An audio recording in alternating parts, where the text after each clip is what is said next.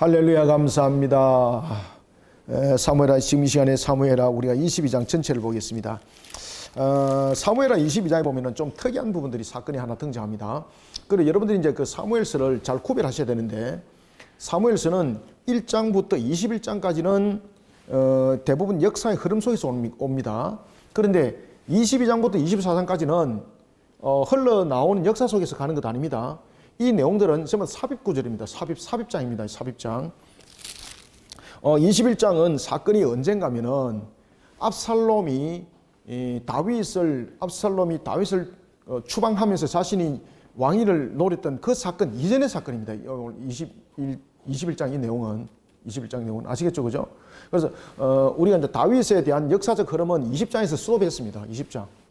20장에서 스톱했고 20장, 21장, 22장 이 부분들은 내용들은 그 이전의 사건들입니다. 이전의 사건들을 뒤에서 이제 몰아놓은 겁니다. 몰아놓은 거. 그래서 특히 이제 21장 이 사건은 압살롬 이전의 사건입니다. 압살롬 이전의 사건. 그다음에 이제 22장에는 보면은 이 내용도 여러분들 이제 잘 아셔야 되는데 22장도 이 부분들도 다윗이 자신의 지난 날을 회고하는 겁니다. 아시겠죠, 그죠? 22장도. 그다음에 이제 그래서 22장 자체가 전부 다 뭡니까? 시의 내용은 그 성전가로서 시에 대한 내용들을 많이 싣고 있죠. 그다음에 이제 23장은 다윗의 마지막 유언들이 이렇게 남겨 있고, 그다음에 24장의 인구조사 부분들도 이 부분들도 이미 다윗이 말미에 있었던 사건 아닙니다. 우리가 여러분들은 잘 아시는 것처럼 이제 이 사건들은 다윗이 말미에 있었던 사건이 아니라 그 이후에 그 이전에 있었던 이 사건들을 21장, 22장, 23장, 24장은 이렇게 다룬 겁니다. 아시겠죠, 그죠? 그래서 여러분들이 이것은 기본적으로 참고하시면 되겠습니다.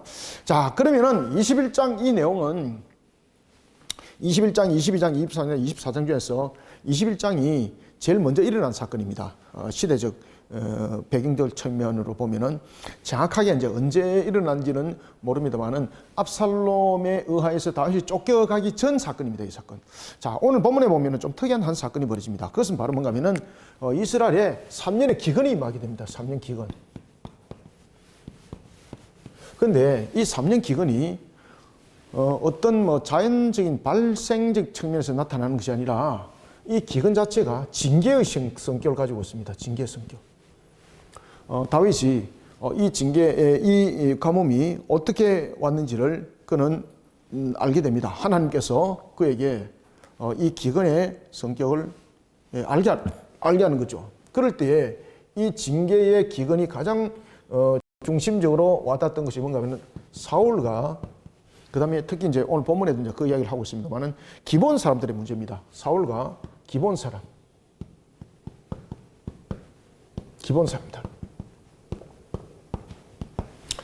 자, 여러분들 기본을 먼저 우리가 아시고 가셔야 됩니다. 그 다음에 이제 사울에 대해서도 여러분 좀 성격을 아셔야 됩니다. 사울이 굉장히 이 정책이라든지 그 다음에 이제 기본적인 내향이 굉장히 이스라엘이라는 민족 중심이었습니다.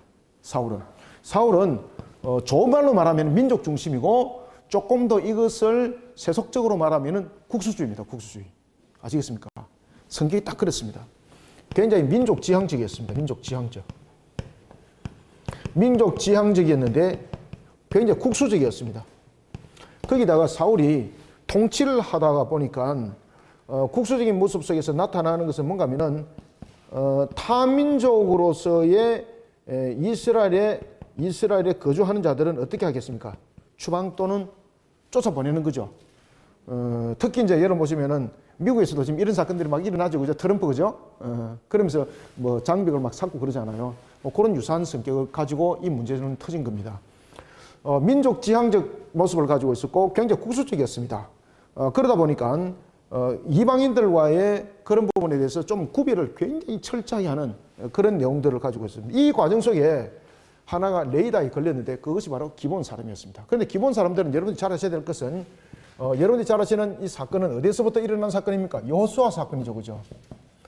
여호수아가 가나안 정복 전쟁을 펼쳐 나갈 때 기본 사람들은 자신들의 신변을 보장받기 위해서 위장하게 되는 거죠. 그러면서 자신들이 멀리서 마치 온 것처럼 만들고 그리고 여호와 앞에 자신들이 모든 것을 순복하겠다 이렇게 하면서 언약을 맺게 되는 거죠. 언약을 맺게 되면서 나중 보니까 결국은 멀리 있는 것이 아니라 바로 자신들이 인근에 있었다. 그리고 이제 이런 부분에서 언약을 맺은 것을 파기할 수는 없으니 이 기본 사람들은 평생 어떻게 무슨 일을 하나요? 성전에서 물 기르는 일, 이런 하나의 종에 대한 개념 속에 그들은 세워지게 되는 겁니다. 그리고 기본 사람들은 여기에 대해서 이탈하지 않습니다. 여호수아의 시대에 있었던 이 부분들은 기본 사람들은 자신들의 신변 자체가 언약으로서 보장받게 되었습니다. 그리고 기본 사람들은 여러분이 잘 아시는 것처럼 평생 성전에서 물기는 일들을 하게 됐던 것이죠. 이런 기본 사람들이 이스라엘 세계 속에서는 주류 세력은 아니었습니다. 그러나 여전히 마치 그들이 이스라엘의 하나의 기업을 물은 자처럼 살아오게 되는 거죠. 그죠? 여기에 사울의 레이더에 딱 걸린 겁니다. 특히 사울은 민족 지향적이었고 국수적이었거든요. 타민족 부분에 대해서 이스라엘에 거주하는 것을 그는 용납할 수가 없었습니다. 따라서 사울이 이 기본 사람들을 어떻게 했을까요? 학살하게 되는 사건이 벌어집니다. 학살하게 됩니다. 그런데 하나님께서는 그 문제가 터졌을 때에 사울에게 바로 집행을 하지 않습니다. 바로 집행을 하지 않고 사울이 바뀌고 난 이후에 다윗을 통해서 이 문제를 집행을 해 나갑니다. 그 이유는 사울을 통해서 이 문제를 집행하기 위해서는 사울의 죄를 알아야 되는 거잖아요. 그죠? 근데 사울이 사울의 죄를 지금 알 수 있는 것은 아무것도 없는 거거든요. 왜 그러면 그가 지향하고 있는 것들, 그 다음에 이제 타민족을 이스라엘 밖으로 쫓아보내는 것들, 이런 부분들은 이스라엘 사회적 측면으로 보면은 맞는 내용이었어요. 왜 그러냐면 그 당시에는 사울이 계속해서 이방인들과 전쟁을 벌이고 있었지 않습니까? 그죠? 사울과 이방인들의 전쟁, 그 다음에 이제 다윗과도의 아내의 문제점들, 그렇게 하다 보니까 하나님께서 이 문제를 사울에게 징계를 내리는 측면에서 해결하는 것은 효과적이지 못했던 거죠. 그리고 또 하나는 특히 여러분 잘 아셔야 될 것은 이 사울이 기본 사람들을 학살했을 때에 어느 지파가 앞장섰을까요? 사울이 어디 지파입니까? 그렇죠. 베냐민 지파가. 이게 사울 한 사람이 문제가 아닙니다. 베냐민 지파. 베냐민 지파 가운데서도 특히 사울의 아버지가 나중에 이제 뒤에 보면 이제 그 내용도 이야기를 하는데 그 사울의 아버지가 기스죠, 그죠? 사울의 아버지가 기스거든요. 그 자녀들이 제일 먼저 앞장섭니다. 베냐민 지파 가운데서도 사울의 집안이었던 기스 사람들이 아버지가 기스였거든요. 그 일가들이 제일 먼저 앞장서서 이 기본 사람들을 학살합니다. 그러니 사울이 있을 때 이 문제를 해결하는 것은 효과적이지 못하죠. 그래서 하나님께서 한 시대를 넘겨버립니다. 한 시대를 딱 넘기고 그리고 난 뒤에 기본 사람들이 언약 가운데 세워진 비록 이방이었지만 언약 가운데 세워진 자들이었고 그들이 언약을 위반한 사실이 없거든요. 그런 측면에서 하나님이 진노가 임하는 겁니다. 만약에 기본 사람들이 언약을 어겼다 그러면은 기본 사람들이 죽으면 공의의 값이죠. 그런데 이들이 언약을 어긴 사실이 없어요. 여러분들이 나중에 이제 이들이 바벨론의 포로로 끌려가면서 귀환할 때도 보면은 이런 기본 사람들이 이 포로에서 귀환 행렬에 같이 함께 오는 거 여러분 보시죠, 그죠? 그러면서 그들은 여전히 성전에서 그는 섬기는 일들을 해요. 언약을 어긴 사실이 없어요. 그런 하나님이 다윗 시대 때에 그 언약을 통한 징계의 값을 내립니다. 언약을 어긴 것은 사실은 이스라엘이었거든요. 사울의 집안이었고 그들을 향하여서 징계를 내릴 때에 하나님께서는 사울의 집안으로 국한적으로 징계를 안 내려요. 사울이 왕이었고 그런 대표성 부분에 있어 이스라엘 전체 징계를 내려버려요. 그 징계가 무엇이겠습니까? 바로 기근이었습니다. 기근이 3년을 임하게 됩니다. 다윗이 하나님께 무릎을 꿇습니다. 이 기근이 왜 왔는지를 물어야 되잖아, 그죠? 그래서 다윗이 무릎을 꿇는데 하나님께서 그 내용들을 깨닫게 합니다. 알게 합니다. 그리고 기본 사람들로 인한 그 진노에 의해서 너희들은 지금 기근을 맞이하고 있다. 이 문제가 해결되지 않고는 내가 이 문제 해결되지 않고는 이 기근을 풀어주지 않겠다. 굉장히 하나님께서 진노했다는 뜻이죠. 이방인이잖아, 그죠? 근데 하나님께서 왜 진노할까요? 왜냐하면 근거가 무엇입니까? 언약입니다, 언약. 여호수아와 함께 있을 때 언약을 맺은 거거든요. 자신들이 생명을 보존받을 것과 그리고 자신들은 어떤 부분으로도 이탈하지 아니하고 성전에서 섬기는 것으로서 종으로서의 그 역할들을 감당할 것을 언약을 했는데 이들은 언약을 깨뜨린 일이 없습니다. 그런데 그 언약을 사울이 그 집안 사람들이 깨뜨려 버리는 거죠. 그래서 하나님이 진노하는 겁니다. 그리고 이 진노로 인해서 3년의 기근이 임했을 때에 다윗은 그 사실을 알게 되고 그리고 다윗이 기본 사람들에게 묻습니다. 이 일들을 어떻게 풀면 좋겠는가 라고 말했을 때에 그들은 이야기를 합니다. 우리는 개인적인 원한 속에 있는 것이 아니다. 결국은 사울이 우리를 학살한 것은 전부 다 하나님의 그 언약적 관점 속에서 우리를 하여금 무너뜨린 것이다. 그러니까 우리를 회복시켜 주셔야 된다. 이것은 값으로 대한 문제가 아니다. 그리고 그것은 어떤 회복에 대한 문제가 아니다. 이것은 언약의 회복적 측면에서 이 문제가 다가와야 되는 것이고 그리고 또 하나는 우리의 그 원한을 갚아줌이 되어야 된다. 그러면서 사울의 집안의 아들들을 7명을 이야기를 하게 됩니다. 7자녀.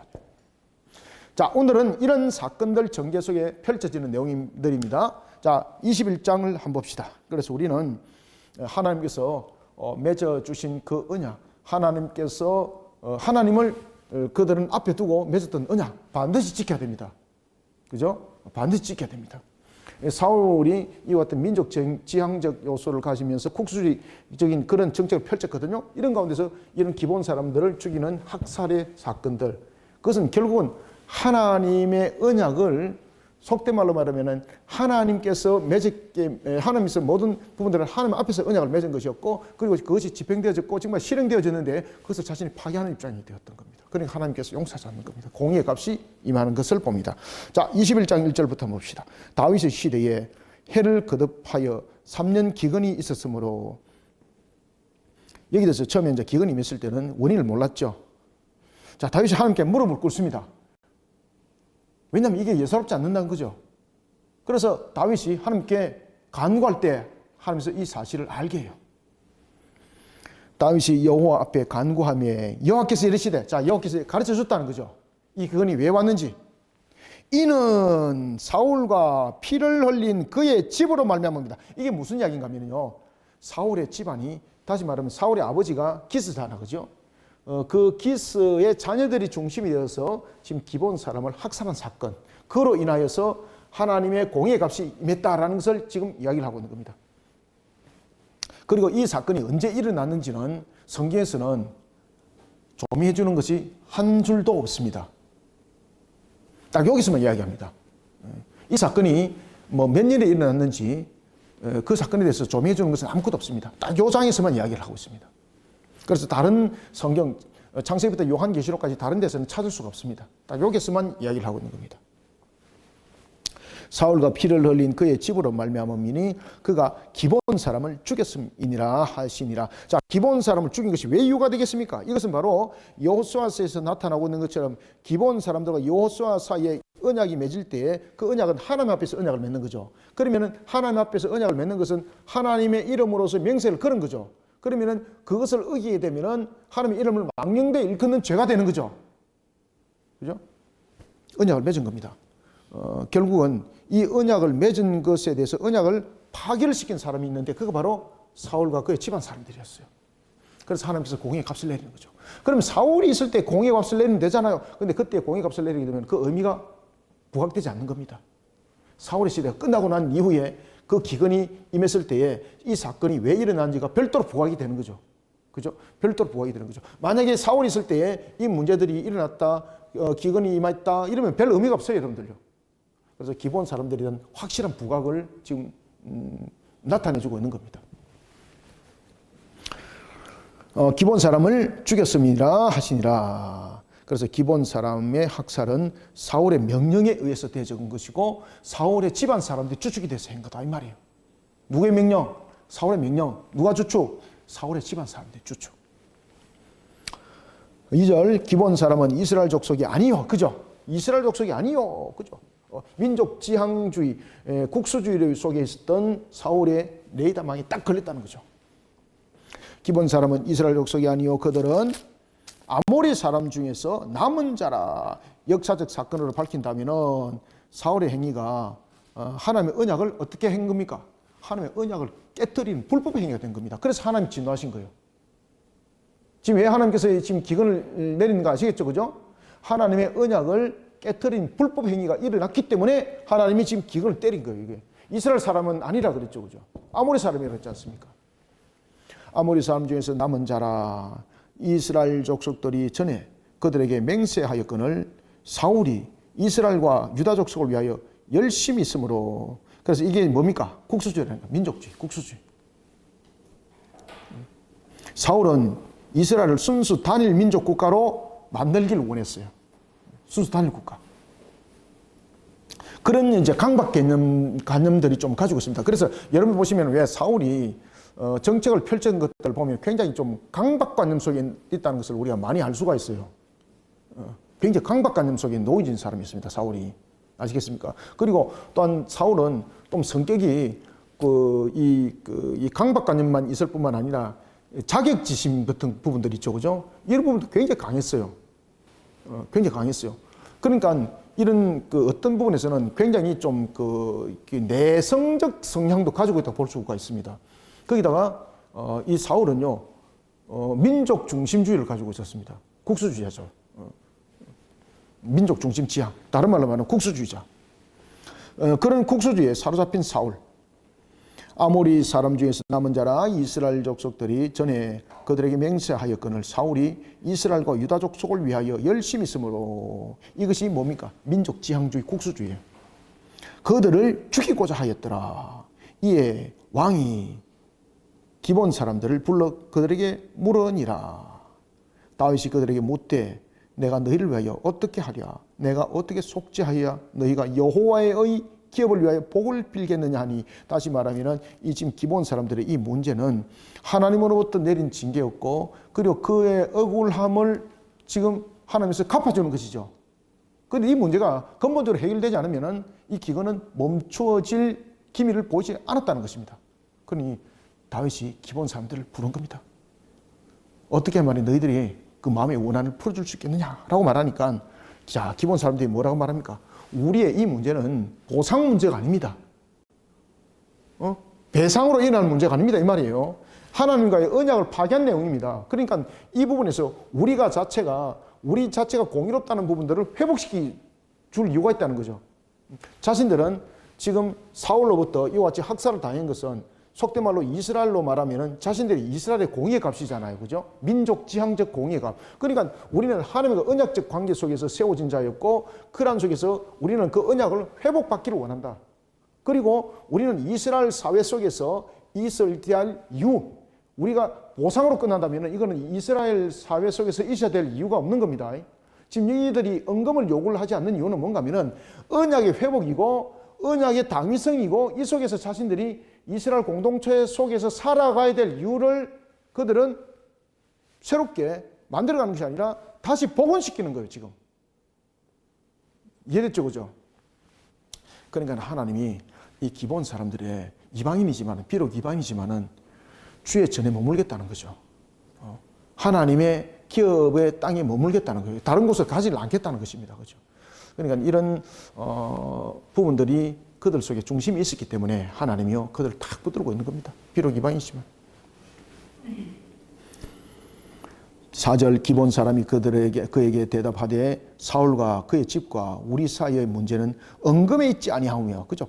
이거는 보상 배상으로 되는 것이 아니라는 거예요. 이게. 이스라엘 가운데서 사람을 죽이는 문제도 우리에게 있지 아니하니다 하니라. 왕이 이르되 너희가 말하는 대로 시행하리라. 다시 말하면 기본 사람들은 이 사울 왕가의 몰락 이후에 자신들에게 피해난 보수, 사울의 후손들에게 그들은 갖고자 하는 것은 보복이 아닙니다.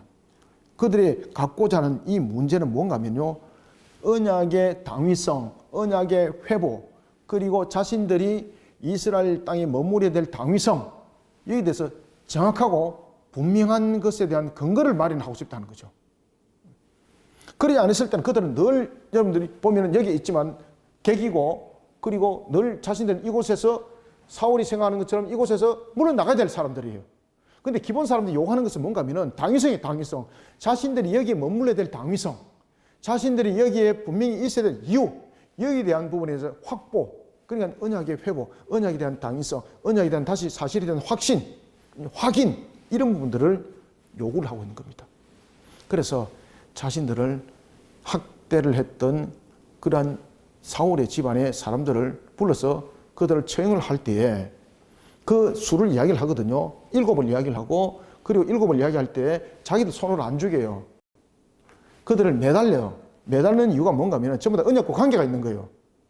하나님과 언약을 어기게 되면은 이와 같이 너희들도 살아남지 못한다라는 것에 대한 선언을 하는 거예요. 아시겠습니까?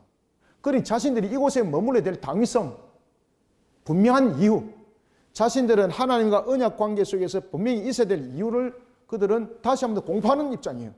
그럴 때에 그들은 기업을 물은 것은 아니지만은 기업을 물을 존재와 같은 존재라는 거죠. 지금 이해되고 있습니까? 그러니까 이 기본 사람들이 신앙을 하나님께서 받으시는 거예요, 이게.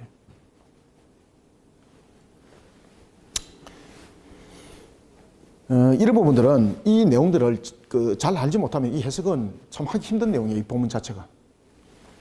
자, 봅시다. 그래서 은금이 아니라는 거죠.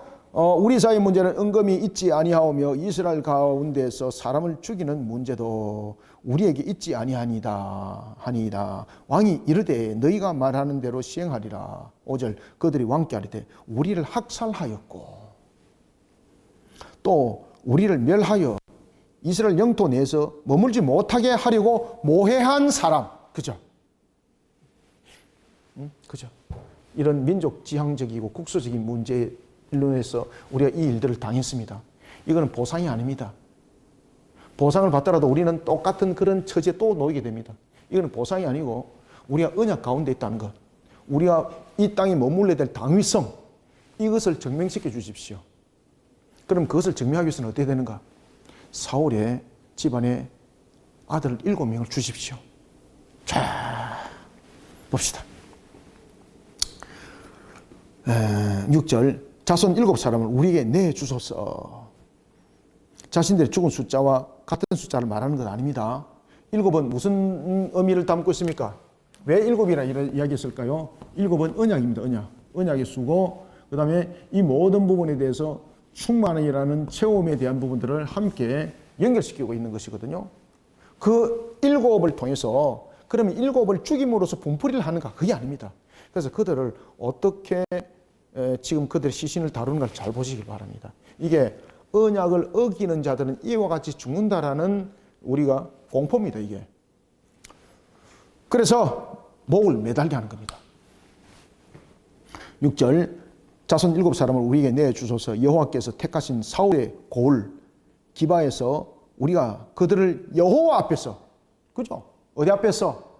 여호와 앞에서. 이게 뭔가 하면요, 언약의 파기자는 이와 같이 죽습니다라는 것을 선포하는 것이고, 그리고 또한 그 죽음을 통해서 모든 이스라엘로 하여금 자신들은 이곳에 머물러야 될 당위성, 그리고 자신들은 하나님과 언약 관계에 있다라는 사실을 공포하는 거예요, 지금 이게. 지금 이해되고 있습니까, 지금? 네, 중요한 내용입니다, 이거. 사울의 고을 기바에서 우리가 그들을 여호와 앞에서 목매어 달겠나이다. 왜 목매어 달겠죠? 이것은 언약을 파괴하는 자는 이와 같이 죽임을 당한다라는 것에 대한 공포입니다, 이게.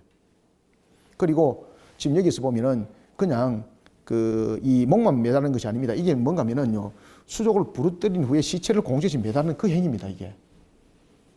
자, 여러분, 언약이 파기자는 어떻게 되나요? 언약이 파기자는 몸이 쪼개지는 거죠, 그죠? 지금 그 내용입니다, 이거.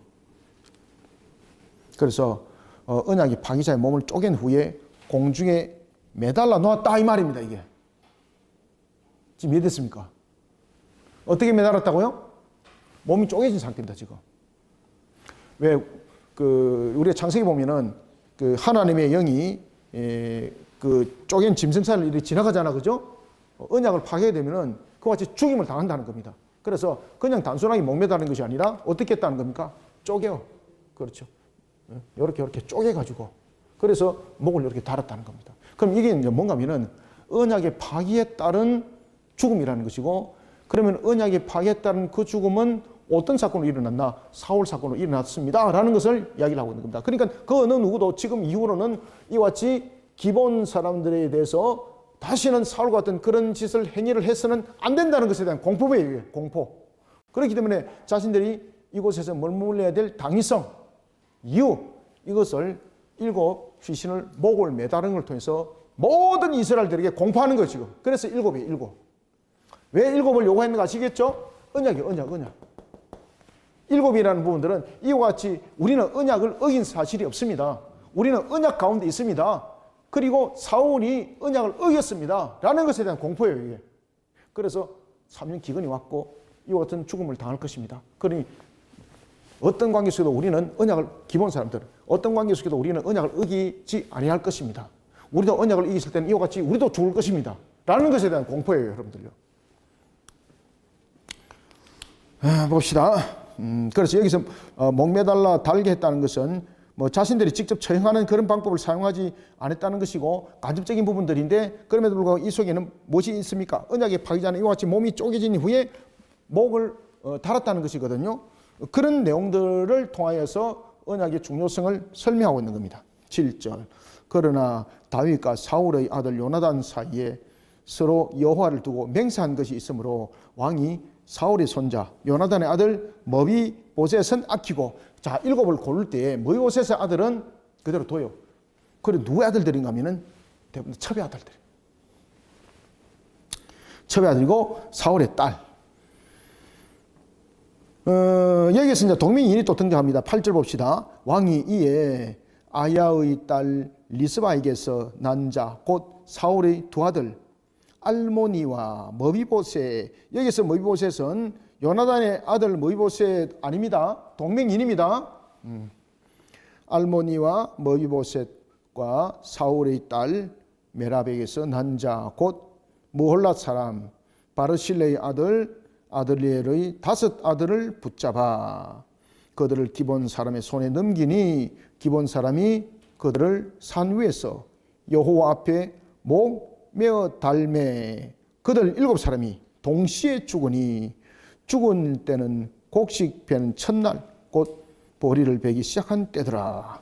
그래서 이와 같이 사울의 그와 같은 그 씨를 7의 그 자녀들 아들들을 목을 매다는 부분들을 봅니다. 그리고 이제 목을 매달을 때는 그냥 매다는 것이 아니라 쪼개어서 매달았다는 것이죠. 언약의 파기.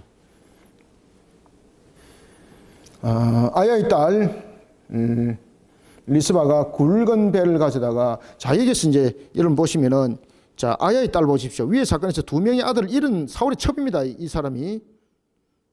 그죠? 예, 사울의 첩입니다. 아야의 딸 리스바가 굵은 배를 가져다가 자기를 위하여 바위 위에 펴고 곡식 베기 시작할 때부터 하늘에서 비가 시체에 쏟아지기까지 그 시체에 낮에는 공중에 새가 앉지 못하게 하고 밤에는 덜짐승이 범하지 못하게 한지라. 자, 이제 비가 내립니다. 하나님께서 그 공의의 값을 받으시고 진노를 풀으신 것이죠. 근데 자, 여기서 이제 다윗이 자신의 처신을 어떻게 했는가 잘 보십시오. 여기서 다윗이 만약에 이 상태로 뒀다면은 다윗은 여전히 사울 집안과 늘 이런 적대 관계 속에 있는 거죠. 그런데 다윗이, 자, 이 부분에 사울의 첩 11절에 보면은 사울의 첩 리스바라고 나와 있죠, 그죠? 사울의 첩 리스바는 2 아들을 이 관대에서 잃었습니다. 그리고 자신들의 아들들이 짐승에 밥이 되지 않기 위해서 자신이 밤낮으로 그 시신을 보호하는 거죠.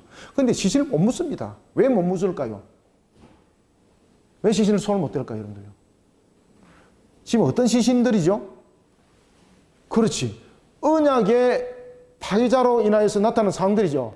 그래, 이 시신들은 못 묻어요, 여러분들요. 근데 다윗이 왕명으로 이것을 회복시켜줘요.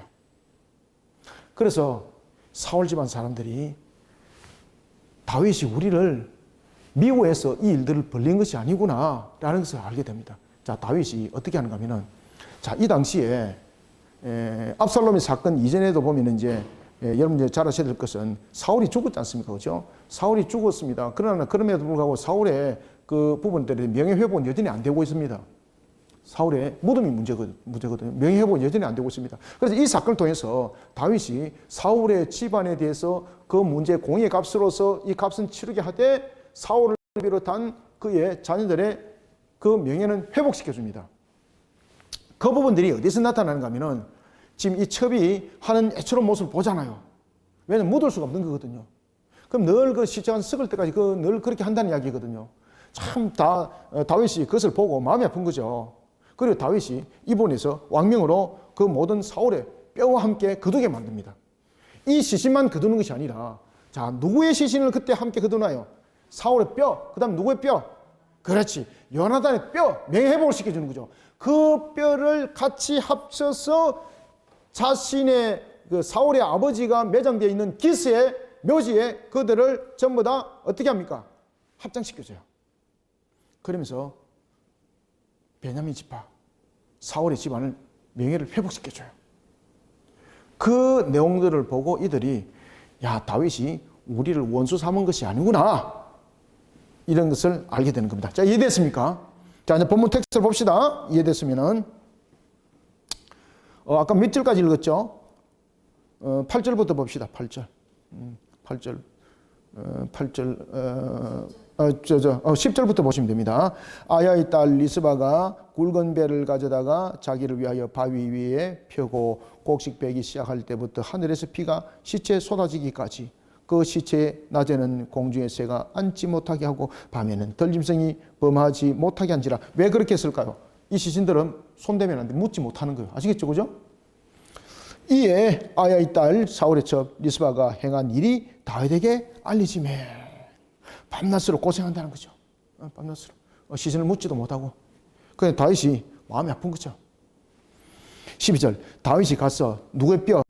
사울의 뼈와 그의 아들 누구의 뼈? 요나단의 뼈를 길랏 야베스 사람에게서 가져가니 라는 것은 여전히 사울의 시체, 요나단의 시체가 길랏 야베스 사람들에게 있다는 것이죠. 이때 다윗은 두 마리 토끼를 전부 한꺼번에 다 잡습니다. 북쪽 지파의 마음도 잡고 그리고 또한 기본 사람들의 마음도 잡고 그 조치를 취하는 것이 바로 기스의 묘시에 합장시키는 겁니다. 그러면서 사울의 명예도 회복되고 요나단의 명예도 회복되는 거예요. 왜냐하면 여전히 지금 객에 있는 곳이 있잖아요. 야베스. 그죠? 그러니까 자신의 본향으로 돌아오게 만드는 거죠. 명예 회복시켜주는 거죠. 다윗이 가서 사울의 뼈와 그의 아들 요나단의 뼈를 길랏 야베스 사람에게서 가져가니 이는 전에 블레셋 사람들이 사울을 길보아에서 죽여 블레셋 사람들이 베산 거리에 매단 것을 그들이 가만히 가져온 것이라. 13절 다윗이 그곳에서 사울의 뼈와 그의 아들 요나단 뼈를 가지고 올라오매 사람들이 그 달려 죽은 자들의 뼈를 거두어다가 같이 거뒀죠. 그죠? 7 시신도 같이 거뒀죠. 그죠? 그러니까 이 부분들 통해서 다윗은 두 마리의 토끼를 잡는 거예요. 기본 사람들의 마음도 다 풀어줬고 그 다음에 사울의 집안의 사람들에게도 마음을 풀어주는 거예요. 그 달려 죽은 자의 뼈를 거두어다가 사울과 그의 아들 요나단의 뼈와 함께 그죠? 합장하는 거죠. 함께 어디? 베냐민 땅 셀라에서 라고 말합니다. 베냐민 땅 셀라에서 그들 기업이죠. 베냐민 땅 셀라에서 그의 아버지 기스의 묘에 사울의 아버지죠. 기스는 사울의 아버지입니다. 사울의 아버지가 기스입니다. 기스는 사울의 아버지예요.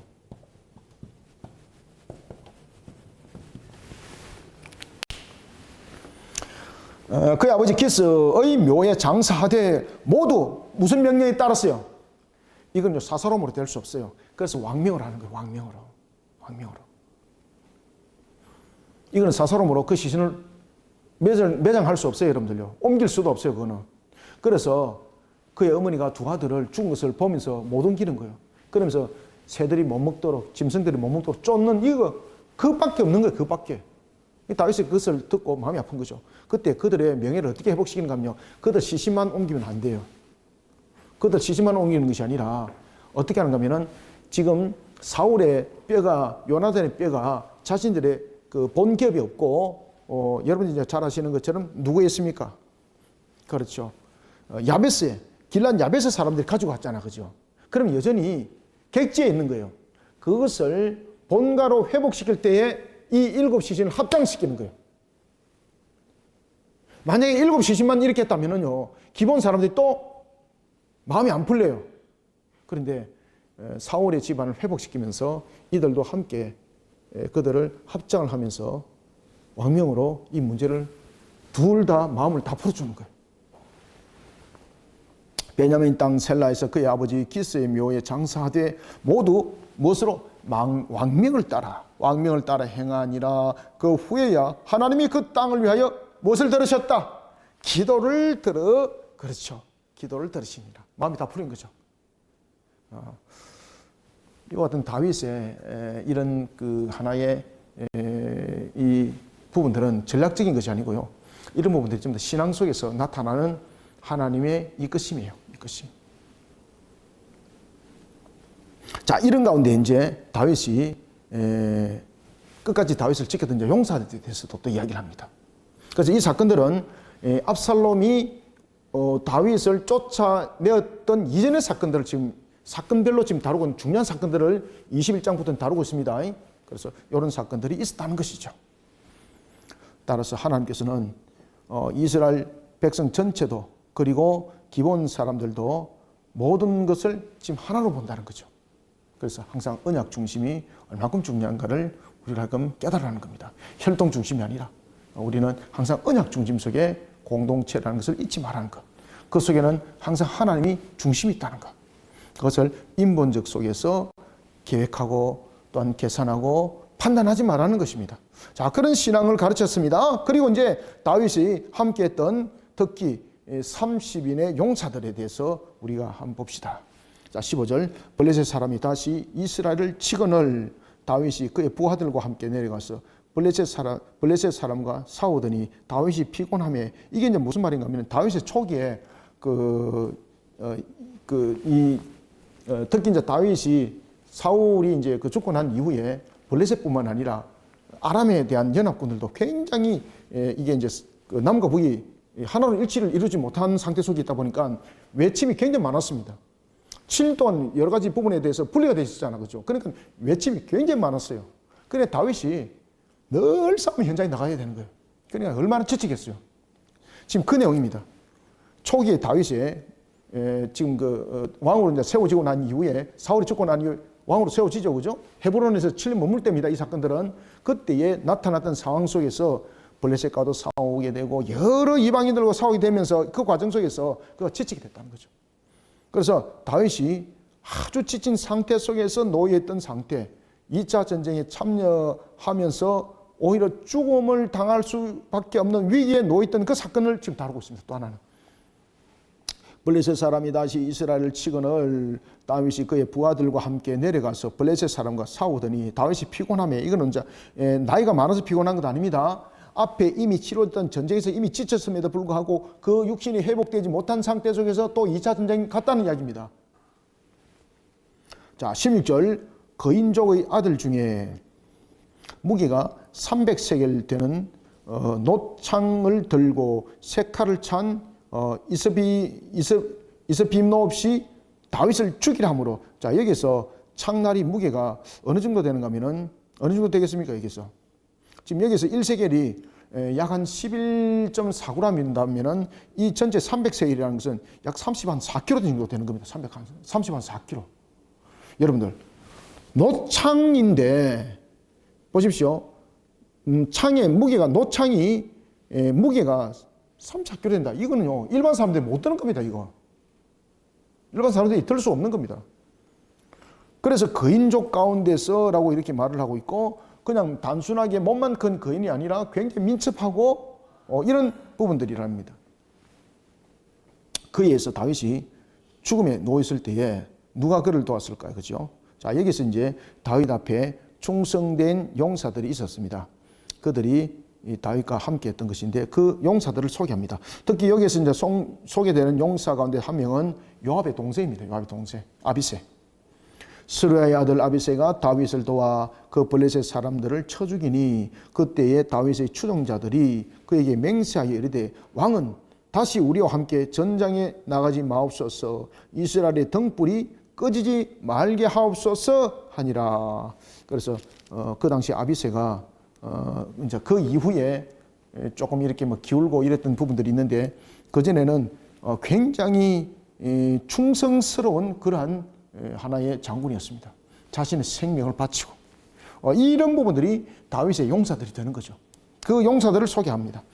18절, 그 후에 다시 블레셋 사람과 호흡에서 전쟁할 때에 후사 사람 십부개, 이 십부개는 누가 하면은 또 30인의 용사 가운데서 한 명입니다. 지금 30인의 용사 가운데 한 명이죠, 그죠? 30인의 용사 가운데 한 명입니다. 십부개는 거인족의 아들 중의 삽을 쳐 죽였고, 그러니까 여러분들 이 30인의 용사들이 이 거인족 족들을 물리치는 데 있어서 탁월함이 이 속에 나타나고 있는 겁니다. 자, 19절, 또다시 블레셋 사람과 고업에서 전쟁할 때에 베들레헴 사람 야레 오르킴의 아들 엘하나는 가드 골리앗의 아후 라흐미를 죽였는데, 골리앗의 동생이 있죠, 그죠? 그의 그자의 창 자루는 배틀채 같았더라. 모든 사람들이 공포를 불러일으킬 만한 대단한 큰 크기의 창이었다, 이 말입니다. 20절, 또 가데에서 전쟁할 때 그곳에서 키가 큰 자 하나는 손가락이, 이게 육손을 말하고 있는데, 한번 봅시다. 키가 큰 자 하나는 손가락과 발가락이 각기 몇 개?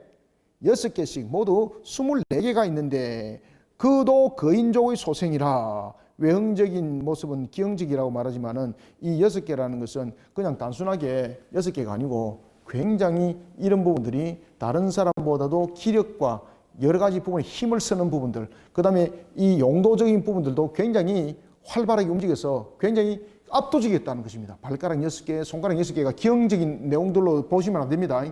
여기서는 다른 사람보다도 더 기능이 발달되어진 육신을 가지고 있다, 이 말입니다. 그러한 거인족 속들도 다윗 앞에 있었다는 거죠. 그런 거인족 속들을 이런 30인 용사들이 앞장서서 물리쳤다는 것을 소개를 하고 있는 겁니다. 자, 그런데 여기서 이제 다윗의 부분들도 이야기를 할 때에, 자, 다윗의 손에 대해서 또 이야기합니다. 왜 손에 대해서 이야기를 할까를 또 뒤에서 한번 보겠습니다. 거인족 속의 소생이라. 21절, 그가 이스라엘 사람을 능욕함으로 다윗의 형 삼마의 아들 요나단이 그를 죽이니라. 여러분 보시면은 특히 그 골리앗의 동생도 만만치 않습니다. 그러니까 그 집안이 전부 다 골격이 아주 컸다고 이렇게 이제 볼 수가 있는 겁니다. 그리고 아주 민첩하고 그런 부분들. 그때에 22절, 이 네 사람 가드의 거인족의 소생이 누구의 손? 다윗의 손과 누구의 손? 그의 부하들의 손에 다 넘어졌더라. 여러분 왜 여기서 손이 강조될까요? 네? 여기 손이 강조되는 것이 있습니다. 자, 손에 보시면은, 자, 손가락이 6개, 발가락이 6개 있던 그들도 손에 무기를 들었죠. 그 다음에 여러분이 잘 아시는 것처럼 골리앗의 동생 라흐미는 창이 배틀채라 그랬죠. 자, 또 한 사람들은 거인족 속 가운데서는 창이 무게가 약 한 34kg 되는 그런 무게를 가지고 있다 그랬죠, 그죠? 손에 들고 있는 것, 저는 만만치 않죠. 손에 들고 있는 것이 무엇입니까? 창인데 34kg. 손에 들고 있는 것이 창인데 배틀채. 손을 들고 있는데 손이 육손인데 다른 사람의 기능보다도 더 탁월한, 약 20% 이상 다른 사람보다 더 탁월한 육손, 이거는 기능의 탁월함을 말하고 있는 거거든요. 기형적인 측면을 말하고 있는 것 아닙니다. 그런 측면에 지금 다윗의 손이 나왔고 그의 부하들의 손에 등장이 있습니다. 그러면서 이렇게 말합니다. 손 이러면서 계속해서 손을 강조합니다. 그죠? 지금 손에 대해서 두 가지 부분들을 말하죠. 손에 대해서 지금 여기서 대적들의 손은 무엇입니까? 무엇으로 나타났습니까? 능력으로 나타났습니다. 능력. 그죠? 이 속에서 능력만 있는 것이 아니라 힘도 함께 있죠. 그런데 다윗과 그의 장군들의 모습들을 보면은 어떤 손이 능력으로 지금 표현되고 있지 않습니다. 다윗의 손, 여러분들 골리앗 앞에 다윗의 손, 조그만하죠. 그 다음에 자, 34kg 배틀을 들고 있는 그 창의 손, 다른 장군들 손을 비교하니까 능력이 없죠. 그러니까 여기서 이제 비교되는 것은 전부 다 비교급입니다. 다윗의 모습, 그 다음에 그를 30인의 용사를 비롯한 그 주변에 있었던 사람들의 모습 속에서는 능력이 아닙니다. 이 속에서는 보잘것없는 겁니다. 전부 다.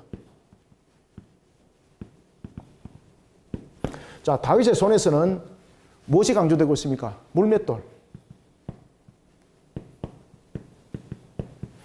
자, 군사 장군들의 손에 대해서는 일반적인 무기입니다. 전부 다 대적적 포문에서 못 이깁니다. 그런데 오늘 본문에 보면은 하나님께서 그들 다 물리쳤다 그랬잖아요. 자, 여러분들 다윗이 골리앗을 물리칠 때에 골리앗의 물맷돌을 드는 능력으로 골리앗을 물리친 것도 아니죠. 하나님께서 그 물맷돌을 잡아서 골리앗의 임하게 박아버린 거죠. 자, 그러면은 다윗을 도왔던 그 장군들, 아비새도 마찬가지고 십북에도 마찬가지고, 그 다음에 아비새 나타나는 것이 아비새, 십북에, 그 다음에 엘하난, 이런 부분들의 등장들은 그들의 탁월함을 통해서 그들을 물리쳤다는 것이 아닙니다. 오늘 본문에 보면은 22절에서 그것을 강조하는데, 이 네 사람 가드의 거인족의 소생이 다윗의 손과 그의 부하들의 손에 다 넘어졌다. 능력 아닙니다.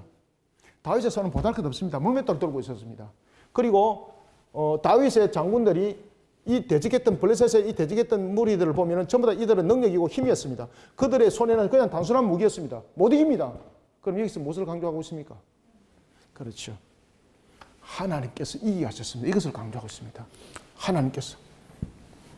하나님께서 은혜를 베푸사 그들을 어떻게 했다?